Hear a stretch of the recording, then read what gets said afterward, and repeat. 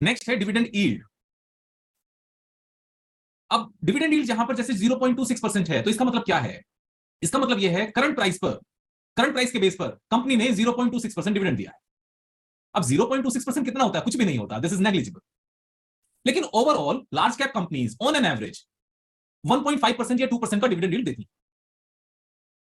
On an average large cap companies 1.5% के आसपास का डिविडेंड यील्ड दे देती है। जैसे हम यहां पर टीसीएस की बात करें, सो 1.36% है, राइट? हम यहां पर रिलायंस की बात करें 0.34% है, एचडीएफसी बैंक की बात करें 1.13%, जैसे हम यहां पर ब्रिटानिया की बात करें 1.66%। सो ऑन एन एवरेज हमें जो डिविडेंड यील्ड है वो 1.5% के आसपास मिल जाता है। अब काफी कंपनीज हैं जो डिविडेंड यील्ड 10% तक देती है, 7-8% देती है, यानी कि जितना फिक्स डिपॉजिट से मिलता है उससे ज्यादा डिविडेंड देती है। अब वो कंपनीज कौन सी हैं? वो पीएसयू कंपनीज हैं, ऑफ कोर्स पीएसयू कंपनीज हैं। For example PFC 7.6%। और ये 7.6% कब है? ये तब है जब पीएफसी का स्टॉक प्राइस ऊपर चल रहा है।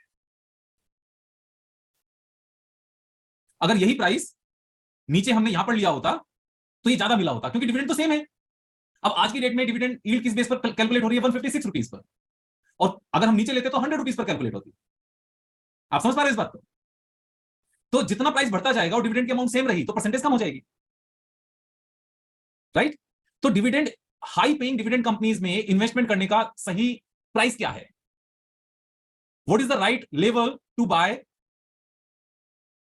Dividend, high dividend paying companies? ये बड़ी सिंपल सी स्ट्रेटजी है और ये स्ट्रेटजी मैं आपको सिखा रहा हूं। ये इसी स्ट्रेटजी के आज में ये एक स्ट्रेटजी काउंट होती है। मैं आपको बताता हूं डिविडेंड पेइंग कंपनीज में किस तरीके से पैसे कमाकर अच्छा पैसा कमाया जाए। सो यहां पर हम डिविडेंड पेइंग कंपनीज में 200 डे मूविंग एवरेज लगाएंगे। We will have an indicator of moving average, और यहां पर हम जाएंगे सेटिंग्स में जाकर इनपुट में जाकर 200, और इसका कलर हम कर लेंगे ब्लैक, राइट? सो ये मूविंग एवरेज है। Moving average means what? 200 day moving average means what? Last 200 days का एवरेज प्राइस, ठीक है? लास्ट 200 ट्रेडिंग डेज का एवरेज प्राइस। एवरेज प्राइस कौन से प्राइस का? क्लोजिंग प्राइस का, यानी कि लास्ट 200 डेज के जो क्लोजिंग प्राइसेस हैं उनका एवरेज। तो अगर हम इन डिविडेंड पेइंग कंपनीज को 200 डे मूविंग एवरेज से नीचे जब भी ये कंपनीज 20% आए तब बाय कर लें, राइट? जैसे हम हाईएस्ट लेवल ये है, यहां से 20% नीचे आया और हमने बाय कर लिया। मैं फिर से करता हूं इस बात को। ये श्योर शॉर्ट बहुत अच्छा पैसा कमाने का तरीका है। यहां हमने बाय कर लिया, इससे पहले जैसे हमने ये हाईएस्ट लेवल था यहां बाय किया, 200 नीचे आते ही बाय कर लो। अगर उससे ज्यादा नीचे है तो और अच्छी बात है, राइट? तो इसका रिजल्ट क्या निकलेगा? इसका मैं आपको रिजल्ट बताता हूं क्या निकलेगा। अब for example this company is giving on an average 200 day moving average से नीचे जब प्राइस होगा तो इनका डिविडेंड यील्ड 10% के आसपास चला जाता है। करंट प्राइस के हिसाब से कैलकुलेट करेंगे तो 7.6 है, नीचे परचेज करते तो 10% हो, राइट? तो जिस प्राइस पर हम बाय कर रहे हैं वहां पर 10% चला जाता है। हमारा लेवल ये है बाय करने का, फॉर एग्जांपल, और से हमें जहां से हमने कैलकुलेट किया मूविंग एवरेज से हमारा टारगेट बेचने का सेम प्राइस है, हमने यहां बाय किया और हमने सेम लेवल पर सेल किया, तो ये कितना पैसा बना? 26.46%। कितने टाइम में? 520 डेज में, यानी कि 1.5 ईयर में। 1.5 ईयर में 26% तो पैसा ये बन गया, और साथ में 15% डिविडेंड आ गया 1.5 ईयर का, 10% पर ईयर के हिसाब से, यानी कि 40% पैसा बन गया 1.5 ईयर्स में। 40% पैसा बन गया। जब ये नीचे जा रहा था तो और बाय कर सकते थे, और ज्यादा बनता, लेकिन बेयर मिनिमम 40%। अब सेम ही हम आगे चले, जब दोबारा से इस तरह का मौका आया, पहले वाले को हम डिलीट कर देते। हमने बाय किया, उसके बाद और नीचे गया, और नीचे जाकर और बाय कर सकते हैं, नो डाउट अबाउट इट। अब इस बार कितना टाइम लगा? 1 ईयर एंड 4 मंथ्स, 26% गेन, और हमारे पास 10% डिविडेंड भी आया होगा, यानी कि 36% पैसा बन गया सिंगल ट्रेड में 1 ईयर 4 मंथ्स में। आप समझ गए? नहीं समझे? मूविंग एवरेज से 20% डाउन पर बाय करेंगे, और जहां से हमने काउंट किया 20% डाउन, वहीं पर ले जाकर बेच देंगे। तो जो हमारा हाईएस्ट एवर रेंज है, मैं आपको फिर से बताता हूं,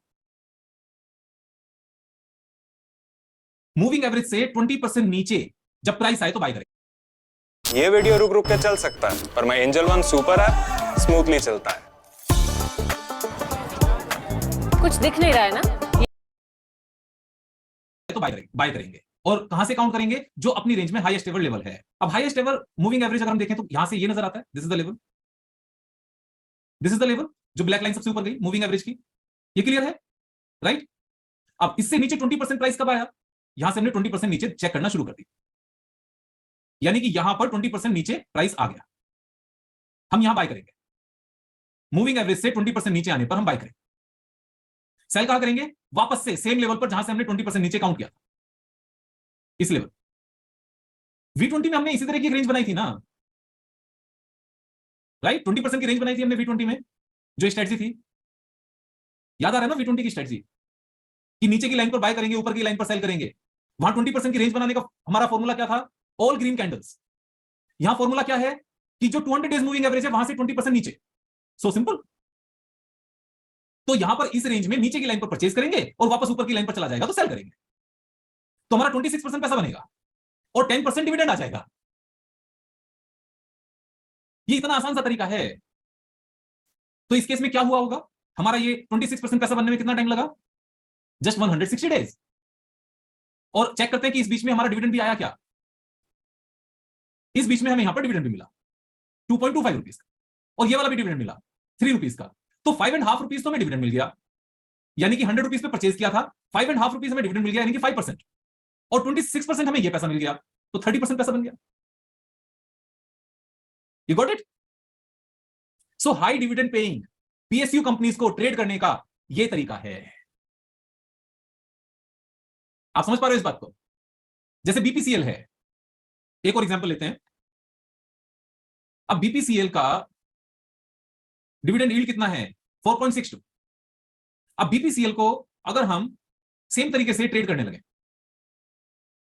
20% नीचे बाय करें, यानी कि हमने कहां पर बाय किया होगा? इस लेवल। अब इस लेवल पर बाय करने के बाद में एक बार तो हमें डिविडेंड मिल गया 6 रुपीज का, और ये 20% ऊपर यहां से इसीलिए जल्दी जाएगा, जैसे यहां पर 20% नीचे आया, हमने बाय किया